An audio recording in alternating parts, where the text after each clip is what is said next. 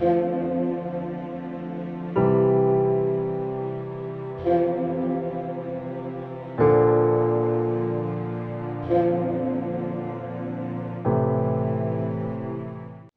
لیے آج کی تلاوت رسولوں کے اعمال نام باب کی 31ویں آیت سے لے کر 42ویں آیت تک۔ اس وقت کلیسیا نے سارے یہودیہ اور جلیل اور سامریہ میں آرام پایا اور خداوند کے خوف میں چل کر ترقی کرتی گئی اور روح القدس کی ہدایت سے بڑھتی گئی۔ اور یوں ہوا کہ پطرس ہر جگہ پھرتا ہوا ان مقدسوں کے پاس پہنچا جو لدا میں رہتے تھے، اور وہاں انیاس نامی ایک شخص کو پایا جو مفلوج ہو کر 8 برس سے چارپائی پر پڑا تھا۔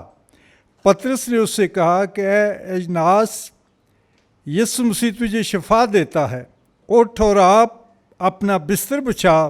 وہ اسی دم اٹھا، اور لدا اور شارون کے سب رہنے والوں نے اسے دیکھا، خداوند کی طرف رجوع لائے۔ اور یافا میں ایک شاگرد تابیتا مترجم غزالہ نامی تھی، جو کثرت سے نیک اعمال اور خیرات کیا کرتی تھی، اور یوں ہوا کہ ان دنوں وہ بیمار ہو کر مر گئی، اور انہوں نے اسے نہلا کر بالا خانہ میں رکھا، اور اس لیے کہ لدا یافا کے نزدیک تھا۔ جب شاگردوں نے سنا کہ پطرس وہاں ہے تو اس کے پاس 2 آدمی بھیج کر درخواست کی کہ ہمارے پاس آنے میں دیر نہ کر۔ تب پطرس اٹھ کر ان کے ساتھ چلا، اور جب پہنچا تو اسے بالا خانہ میں لے گئے، اور سب بیوہ عورتیں روتی ہوئی اس کے آس پاس کھڑی ہو کر اسے وہ کرتے اور کپڑے دکھاتی تھیں جو غزالہ نے ان کے ساتھ رہتے ہوئے بنائے تھے۔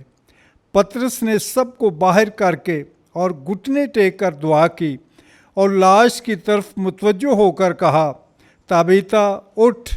تب اس نے اپنی آنکھیں کھول دیں اور پطرس کو دیکھ کر اٹھ بیٹھی، اور اس نے ہاتھ پکڑ کر اسے اٹھایا، اور مقدسوں اور بیوہ عورتوں کو بلا کر اسے زندہ ان کے سپرد کر دیا۔